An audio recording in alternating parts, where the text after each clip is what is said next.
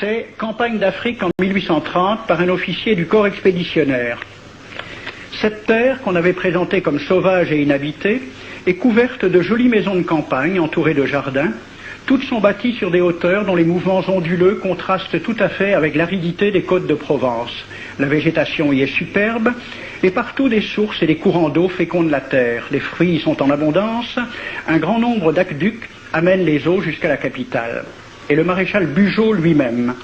J'ai reconnu que l'Algérie produit beaucoup de grains, une immense quantité de bétail. L'immensité des terrains ensemencés atteste l'existence d'une population beaucoup plus nombreuse qu'on ne le pensait. Le commandant Claude-Antoine Rosé, dans Voyage dans la régence d'Alger en 1833. Presque tous les hommes savent lire et compter. En France, on compte à l'époque 40% d'analphabètes.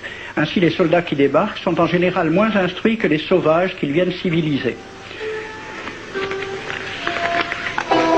Le ministre de la guerre de l'époque, qui s'appelait Girard, il faut se résigner à refouler au loin, à exterminer même la population indigène. Le ravage, l'incendie, la ruine de l'agriculture sont peut-être les seuls moyens d'établir solidement notre domination.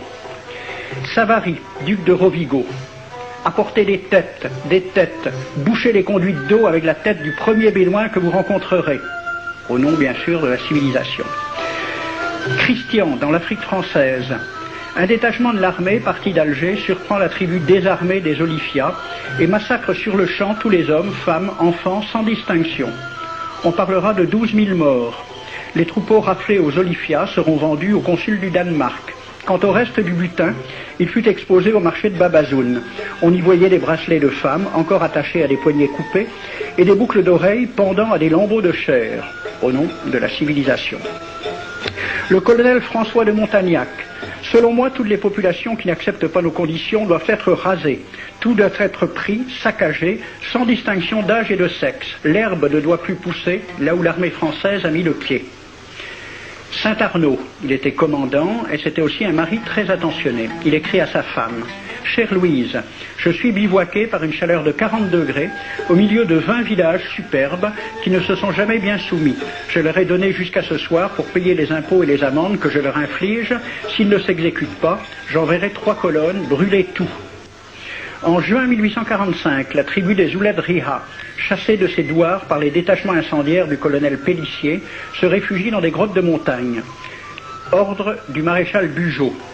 Si ces gredins se retirent dans leurs cavernes, imitez Cavaignac aux Béha, fumez-les à outrance comme des renards. Voici le récit d'un témoin, français bien sûr. Voir au milieu de la nuit, à la faveur de la lune, un corps de troupes françaises occupé à entretenir un feu infernal. Entendre les sourds gémissements des hommes, des femmes, des enfants et des animaux, le craquement des rochers calcinés s'écroulant. Le matin, quand on chercha à dégager l'entrée des cavernes, gisaient des bœufs, des ânes, des moutons. Parmi les animaux, entassés sous eux, on trouvait des hommes, des femmes, des enfants. J'ai vu un homme mort, le genou à terre, la main crispée sur la corne d'un bœuf. Devant lui était une femme tenant son enfant dans ses bras.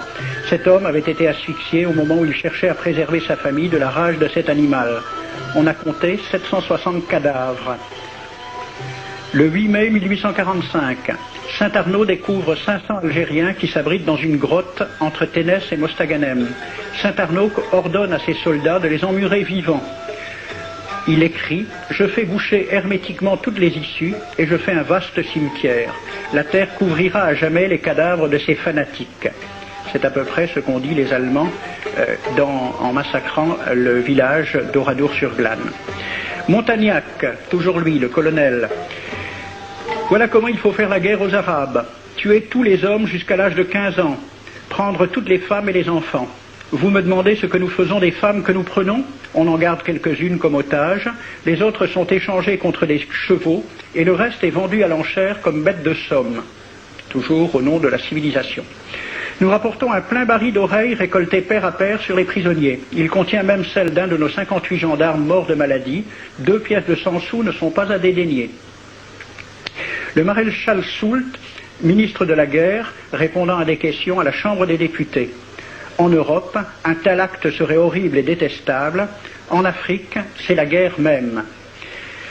C'est la guerre même, c'est du moins ce que dit le ministre français, mais en face, voici un décret pris par l'émir des Arabes, l'émir Abdelkader. Tout Arabe qui amènera vivant un soldat français recevra pour récompense la somme de 8 douros. Tout Arabe qui aura un Français en sa possession sera tenu de le bien traiter et de le conduire le plus promptement possible, soit devant le califat, soit devant l'émir lui-même. Dans le cas où le prisonnier aurait à se plaindre de mauvais traitements, l'Arabe n'aura droit à aucune récompense. À la lecture de ce décret, question d'un soldat algérien, quelle récompense pour un prisonnier vivant? L'émir répond 8 douros. Et pour une tête coupée, l'émir répond 25 coups de bâton sur la plante des pieds. De quel côté était la civilisation? J'ai donc fait ce film avec les citations et des dessins et gravures qui étaient à la Bibliothèque nationale à Paris, et j'ai proposé le film à la Ligue de l'enseignement pour qu'il soit projeté dans les lycées et collèges de France et de Navarre. La Ligue de l'enseignement l'a refusé avec cette appréciation. Quoique très correctement réalisé et basé sur des documents indiscutables, ce film va à l'encontre de toutes les idées qui servent de base à l'enseignement de la pénétration française en Afrique du Nord, ce qui rend sa diffusion impossible. C'était reconnaître que l'enseignement n'avait pas pour but l'éducation, c'est-à-dire l'ouverture vers la réalité, mais l'endoctrinement au service d'une idée politique, ici le colonialisme.